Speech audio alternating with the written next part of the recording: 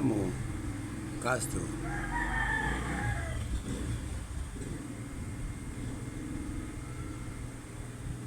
tama lang na may basura yung yung reklamo mo. Napaka-late na bagay, nagrereklamo ka. Samantalang yung mga pinaggagawa nyo,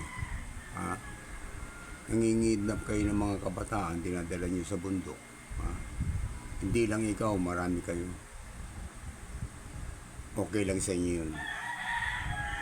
Kasi, ginagawa nyo, trabaho nyo. Tama ba yun? Anak ng may anak, dadalhin nyo sa bundok. Matibay yung ebidensya sa inyo, huli kayo sa akto. Nakaismag ka pa.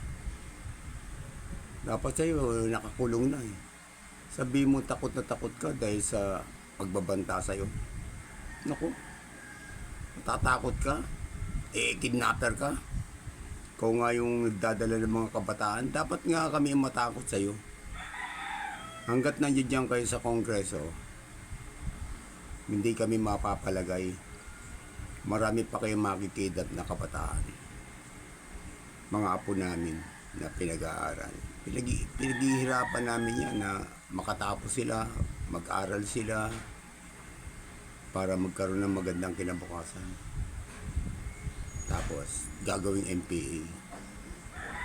Napaka walang kwenta. Tapos sabihin mo, takot na takot ka.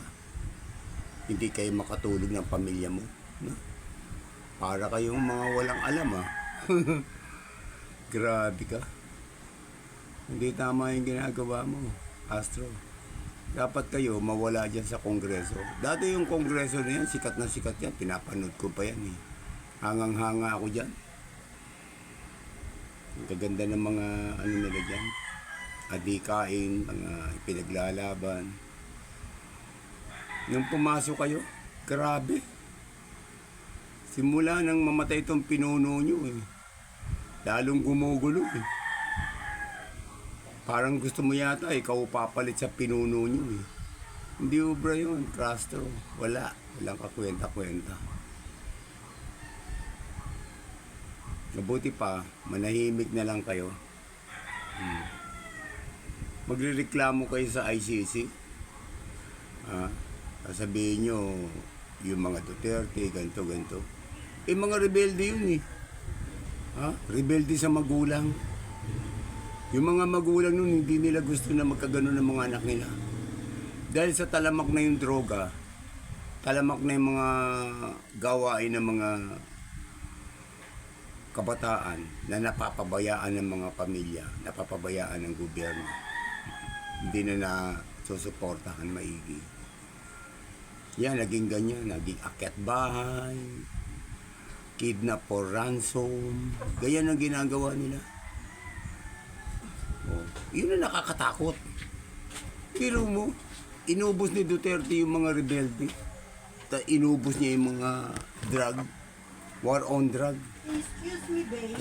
Excuse me. Natuwa kami lahat, natutuwa. Tapos sabihin niyo, imbestigahan ng ICC. Kayo ang dapat imbestigahan. Dahil hanggang ngayon, yung kaso mo, ang tagal. Hanggang ngayon, hindi ka pa nakukulong. O si Dilima, pinakawalan pa. Yan ang dapat imbestigahan. Kayo yung mga ginagawa nyo, dapat imbestigahan.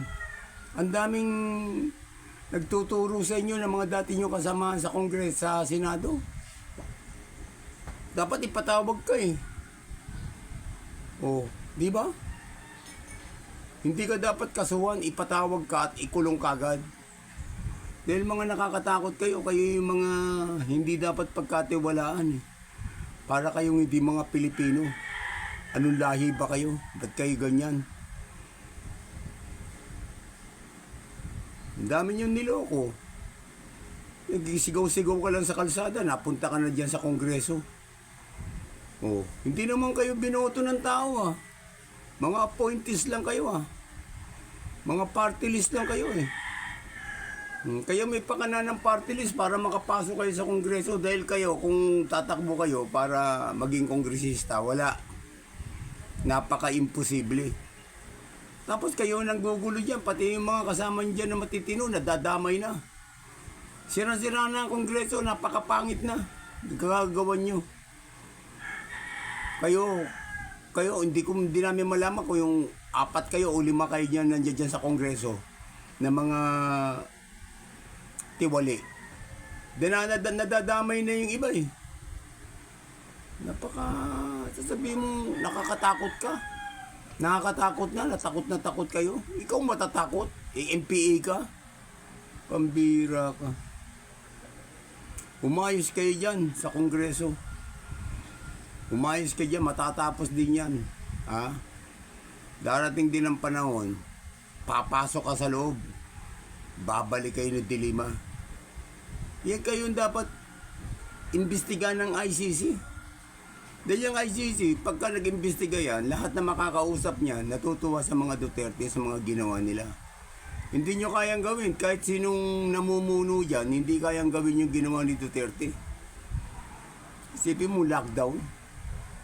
Ginawa lahat, tinanggal ang mga baso-basura dyan. Nilinis lahat. Lockdown yun.